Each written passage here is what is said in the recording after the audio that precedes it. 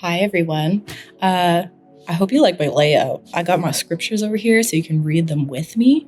Um, but yeah, we're doing a new Going Deeper video. I was in St. Margaret's Bay last week. Love it, as always. If you haven't visited, you should visit this summer. It's just good vibes over there. It was great. And I was preaching on Holy Spirit, Pentecost Sunday. And I had this caveat, this little blurb that I wrote when I was writing my message last week. And it was just a little bit too off topic. And so I ended up cutting it. But I want to talk to you about it today. And I wanted to start with John 14, where Jesus is speaking and he's describing the Holy Spirit to us. And he describes the Spirit as an advocate that has come to help us.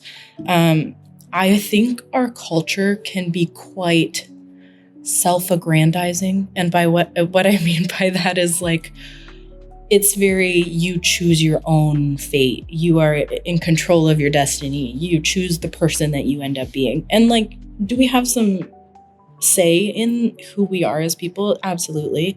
I think I'm borrowing from Celebrate Recovery when I say, you take responsibility for the things that you do have control over, and the things you don't have control over, you gotta give it to God. I know I'm paraphrasing, but that's the sentiment basically.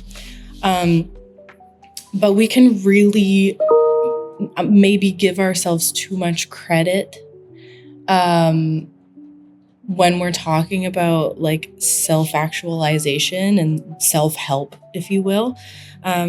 When in reality, a lot of times when it comes down to it,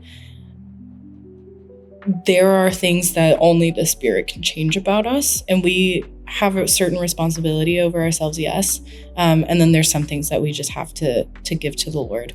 And I did use the Galatians 3 section in my message, but it says, did you receive the Spirit by works of the law or by believing what you heard? And this is Paul being a little bit sassy, because he says, are you so foolish? Love that. Thank you, Paul, for calling me foolish.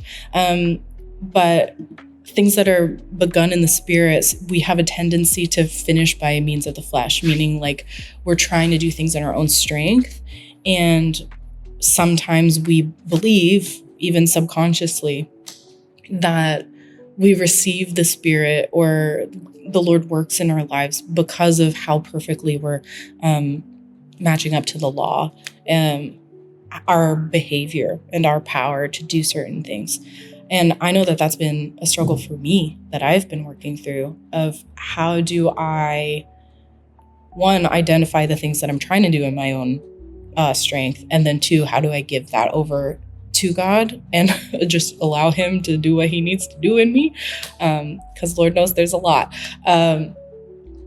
But for me, I think a lot of it has just come down to knowing when to stop. And I have a project and I ask the Lord to help me with it, and I get into it, and sometimes I get too in the zone and I overwork it or whatever. And there are times where it's okay, I just need to stop and believe that he will do the rest for me, especially if I feel like it's something he's asking me to do.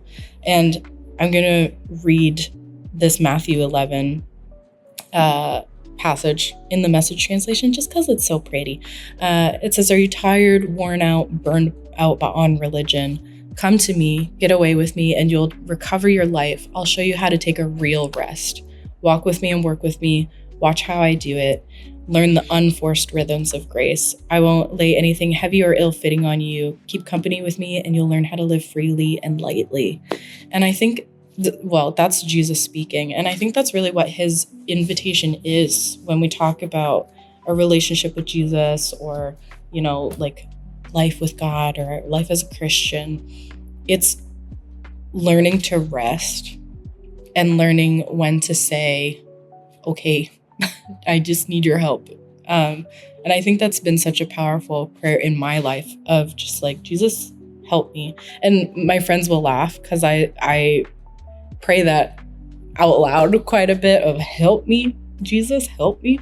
But it's real, and it's a really powerful thing to admit, because I think that's what the gospel means when we say like his power is made perfect in our weakness. When I actually admit that I am weak and I'm like, God, I don't think I can change this thing about myself. That's where he really does some cool stuff. So sorry, I don't really have a very practical takeaway for you. But maybe just take those 3 verses and kind of pray over them and read them in different translations if you want to. Journal a little bit and see what God reveals to you. Maybe there's some areas where you need to say, okay, that's enough work, and let him do his work. So I hope you have a great rest of your week, and we will see you on Sunday.